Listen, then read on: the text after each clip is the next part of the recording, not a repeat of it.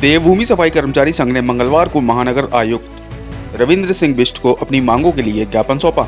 इस दौरान बड़ी संख्या में कर्मचारी मौजूद रहे। संघ के महासचिव राजीव कुमार ने कहा कि प्रदेश अध्यक्ष राहत मसीह ने सभी शाखाओं को आदेश दिया है कि जगह जगह से मुख्यमंत्री को ज्ञापन सौंपकर कर्मचारियों की आवाज सरकार तक पहुंचाई जाए। उनकी मुख्य मांगे थी कि जो कर्मचारी विगत कई वर्षों से संविदा और आउटसोर्सिंग के माध्यम से कार्यरत हैं, उन्हें स्थायी किया जाए। कर्मचारियों को ईपीएफ और ईएसआई की सुविधा तत्काल उपलब्ध कराई जाए, जो लंबे समय से नहीं दी जा रही है। सफाई कर्मचारियों के मानदेय में बढ़ोतरी की जाए और उनके काम की स्थिरता सुनिश्चित हो। महासचिव राजीव कुमार ने साफ चेतावनी दी कि यदि सरकार ने जल्द कोई ठोस कदम नहीं उठाया तो संघ प्रदेश व्यापी आंदोलन की राह पर चलेगा और इसकी जिम्मेदारी पूरी तरह से प्रशासन की होगी।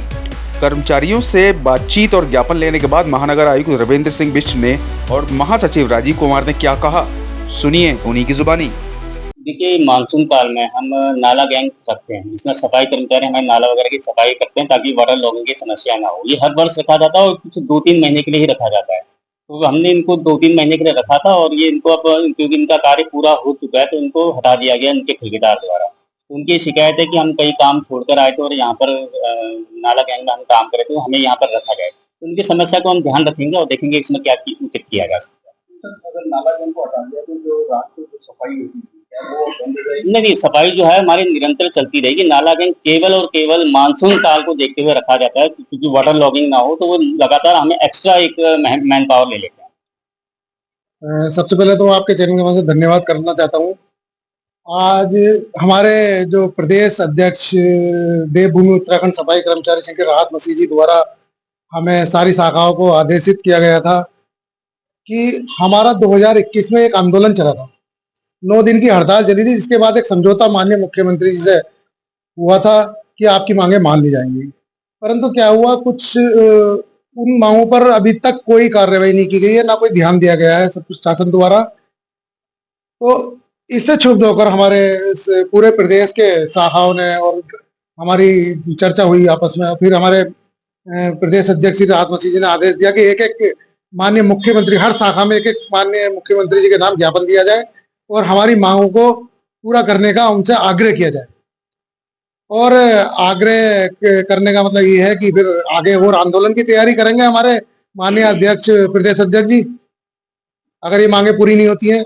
वरना सरकार को जैसे समझौता हुआ था उसके हिसाब से मांगे पूरी करनी चाहिए, ठेका प्रथा समाप्त करनी चाहिए, जो नजुल भूमि पर मालिकाना हक देना चाहिए। मोहल्ला स्वच्छता समिति, आउटसोर्सिंग और जो संविदा कर्मचारी यहाँ पर वर्षों से काम कर रहे हैं, हाई कोर्ट ने भी कह दिया उनको परमानेंट किया जाए।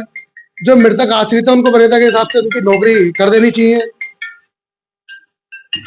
तो मेरा ये कहना है, माननीय मुख्यमंत्री जी से मांग पत्र दिया जा रहा है माननीय नगर आयुक्त जी के माध्यम से। और दूसरा लेटर जो मांग पत्र हमने दिया है वो लोकल की थोड़ी मांगों का है।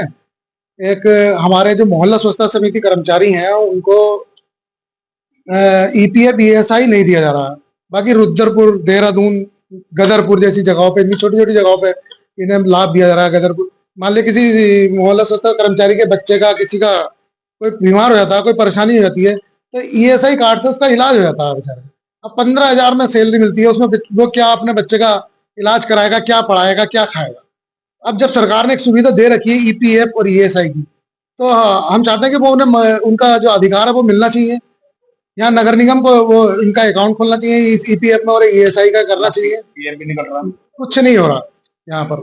तो माननीय मकवाना जी, सफाई कर्मचारी आयोग माननीय उपाध्यक्ष श्री भगवत मकवाना जी आए थे पीछे, उन्होंने भी यहाँ पर आदेश दिया था कि ये सब 1 हफ्ते में पूरी हो जाएंगी, वरना यहाँ पर उसके बाद कोई कार्रवाई नहीं हुई।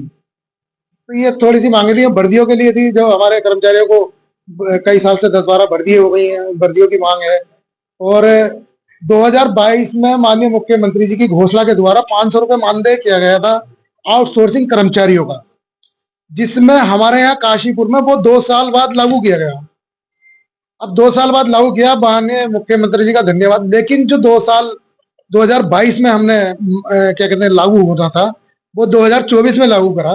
तो जो बीच का जो एरियर बनता है वो कर्मचारियों को उनके खाते में दिया जाए। ये हमारी मांगे हैं कुछ प्रशासन से और शासन से।